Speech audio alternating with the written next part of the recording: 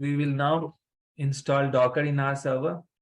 So what you have to do, create one server, okay, in AWS, having public IP for now, okay, because we are in the lab environment. So connect to that server, like I have shown you. Okay. Okay, see connected, switch to root. And then what you do, you follow this document to install the Docker. I would request you that try to use, you can create Docker, you can install Docker through this method, or there is a method there is a script which I have written, okay, through which you can install Docker. Why it's not there here? Let me see. So there is a script, shell script, through which you can install the Docker, okay, because now you know a lot of automations try to use shell script. The activity. This is the one. Ideally, it should be having up to date. Yeah. A script is there here. I will share you this new document. So here you see the Docker installation. I have given a link from where I copied these steps. Okay. So you should always go to this documentation and check what are the new steps which you have to do. Okay. Don't just rely on this documentation. You have to go to this documentation and see. But for your easiness, I have actually kept it here, like this is how you should be installing Docker. So copy this command and run, which you can do easily. If you run this, it will install this yum-util, and then finally you have to run this step, and then these many steps which you can do. This is like very pretty simple steps. Better to do with the help of a script, where I've written a script called docker.sh, where we are using a shebang, which is bin bash is a shebang. It's kind of defining that, okay, I'm using a bash shell, and these are all bash commands. Okay, so log file, I'm declaring a variable called log file. Then I'm creating a blank file called log file, which is I'm touching a file, means I'm creating a blank file. This file which is here, which you declared, it will be created here. Okay, with 0 bytes, nothing will be there. It's a blank file will be created. Now what I am doing, I'm creating a I'm creating a function which is called check function, where I'm passing two where there are two variables, flag and var. Okay, I'll exactly tell you like why exactly you will be declaring this variable. Okay, so before you see this, maybe come here. Okay, so I am running this first command, which is going to install yum-util. Okay, so yum-util is going to do what? It is going to install this utility through which you can add any repo, Docker CE repo. Because if you try to install Docker now, it will not work. It requires this Docker community edition repository. So if you run this command, you need to check if this command works properly or not. If you run manually, your brain will see that, okay, if there is any error, you will run it again. But then when you run a script, then there is no one, right? So you need to write a function which should check if this previous command is proper or not. It run properly or not. Whenever this previous command will run properly, the exit status will be 0. That means, suppose if I run this LSL, this command failed. Now what is my exit status for this? If I do echo $? This is my exit status. It will be some value, but not 0. But if I run this command, ls, see it ran properly, but it is not showing any data. Now my exit status should be 0. So, okay, I will run it again. ls. And if I do, see, once I run ls, my command ran successfully, and I am getting an exit status 0. Okay. If I do anything wrong, if I do this, it will give me some value which is not 0. Okay, so exit status is a very simple formula. If you run a command and that command is not successful, it will give you something which is not 0. So I'm using that. Okay. So this command I ran. Now I have to put it in my script, a logic through which I can check if my previous command is successful or not. So I will pass these two parameters or these two arguments in this function. $? And this prerequisite install. So $? is going here and storing in this flag $1. So which is $1 means this. So this function takes two arguments. $1, $2. This is $1 and this one is $2. So $2 goes here, $1 goes here in the flag. Now if flag not is equal to 0, any means not is equal to 0, that means this is not is equal to 0. That means this is not is equal to 0. That means this command didn't complete it successfully, right? That is what I told. If this command is running successfully, it should be 0. If it is not running, that means it will be something which is not 0. So you are passing in this value here, and then you are checking if my dollar flag, that means this variable is equal to 0 or not. If not, it will say that failed at step $var. $var means this $2. $2 means nothing but this one. So it will say failed at step prerequisite install, and it will update the log file. This symbol means append. It will append the log file. What is this variable? You see, you declared this variable here. So it will append the variable. And then finally, it will exit. It will come out of the script. The script will break there. Else means if this is not is equal to 0, else means it should be 0. So else means flag is 0. If flag is 0, it will simply print a message that congratulations, step $var nothing means this is successful. Okay, so this is called function call. So first you will run a command, then you will call a function with two arguments. That argument will go and you will put a logic in such a way so that it will update the log file variable. This is a pretty simple script which you have to write or which you have to understand. So I have explained you, but then you see this document and try to understand by your own now. I hope it will be very easy for you all to understand. Okay. And again, if you don't understand something, tell me. Okay. Ping me or ask Gaurav or me, someone. Okay. Why exactly we are writing this thing?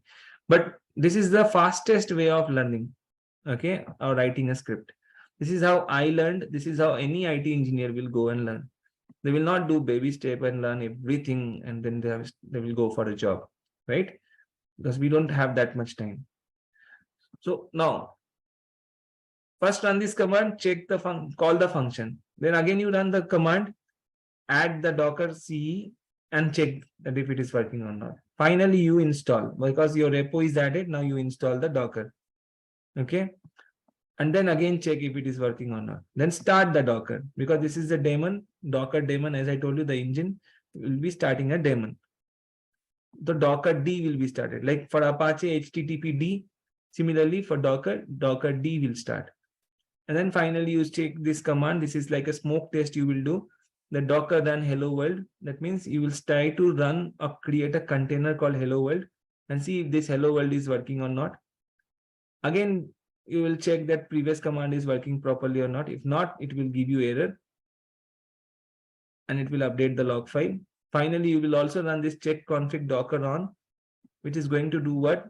If your server is getting rebooted, it will start the Docker container, correct? And then finally, it is also creating a user admin, ANS admin user, which is not required in your case. Okay. For now, just copy this thing till this. Okay. And go to the server, create a docker.sh,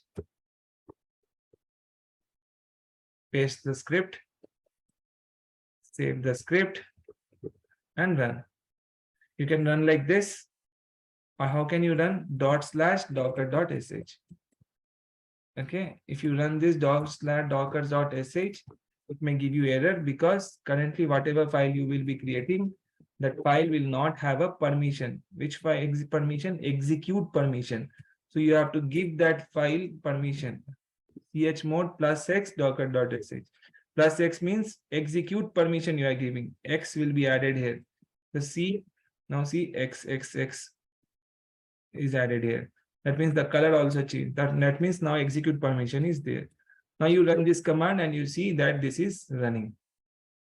It is checking everything and it is going to print a message also to the log file. Right? You see, it is doing the task. Right? Adding repo from this. Congratulations. So all congratulations message will come. Let it do the task. So this is how you can easily create a script and add it in the bootstrapping. So maybe you already know there is something called user data, correct? Gaurav might have explained you, like when you create a server, right? There is something called user data, which is like a bootstrapping, right? So when you create a server, there is from Terraform, just keep that script, call that script, and run that script in the server. So what it will do, it will install the Docker in the server while it is spinning up. So you also have to do that. So this process is called bootstrapping. Right?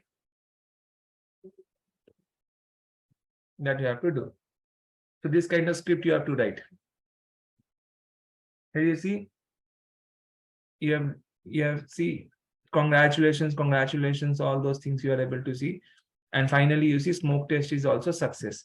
That means everything is working fine only, but still we'll go to the log file and we'll see. Okay. Whereas this is a part of the log file, this is the path of the log file. We'll come out, we'll check the path of the log file. There, see, nothing is updated in the log file. Why? Because nothing is errored out. Okay. Because in your script, you are saying only when there is an error, update this in the log file. When there is no error, don't update. So that way there's nothing updated. Else, in the else you have not kept this. That means it will not be updating the congratulations message. It will only update the failed message. So there is nothing failed, so nothing updated. Now check if my daemon is running or not. Docker D. See, Docker D is running. Okay, now we will see some commands like Docker is my, this is my client. I will run this command. I will run some commands. Okay, so like Docker image ls. So I will see that, okay, when I run Docker image ls, there is one image which is there. Okay, I will run Docker container ls. When I do, see, I cannot see any container created. So if you see the diagram, my image is created, but my containers are not there. Okay, if you run -a, ls -a or -a, you will see there is a container which is created, but then this is an exit status. About a minute ago, it got created, but then it is now exited. So a -a, and what is the difference between ls and this two? ls -a will show you all the containers, even if the killed containers. ls will only show you running containers. Okay, interview question. They will ask you this. Okay. How can you see the killed containers? You have to say ls -a. They might also ask you, what do you mean by -a? It means all. Okay, all containers. So now image is there with which you container also created. Now how the container got created? If you see, there is a command here in the script. I told that smoke test is there. Okay, Docker run hello world. So when you do this command, when you run this command, what it will do? It will download the image, which is hello world image, and it will create a container. Okay, see, this container got created. There is a minute ago, right? Now see, there will be another container created. Run the command again. You see, one more container got created 9 seconds ago. It is also an exited container. So why the containers are getting created and getting exited? We'll have to see that. Okay, which we will discuss tomorrow. But then, now see, this is my smoke test. What it is doing currently, it is going and downloading the image from the Docker Hub and showing you this particular content, saying that, okay, this message shows that the installation appears to be working correctly. Something, this is showing. So when it ran for the first time, you see, it gave you a message unable to find hello world image. It is downloading the image from the library, and after the download, it is showing you this particular value and then killing itself. So if you run something like docker run Ubuntu, so now my Ubuntu image is not there. So it is going to download the Ubuntu image and it is going to create the Ubuntu image and then kill, because you're not saying this Ubuntu image, okay, do some task. So microservice means if you do that, if you give the task, then it will run, and then there is no task, it will kill itself, so that it can save the resource, right? That's the whole purpose of the containerization technology. That okay, when there is a task, I will give you, it will be alive, it will do the task, and then it will kill itself. Now, if you want to make the container always up, then there is something else you have to do, which we will see in our class. Okay, so let's join tomorrow. Okay, and till this, whatever we have done, I will share you the activity guide in the Slack channel again. Use this latest one, not the old one. Okay, let's meet tomorrow. Thank you.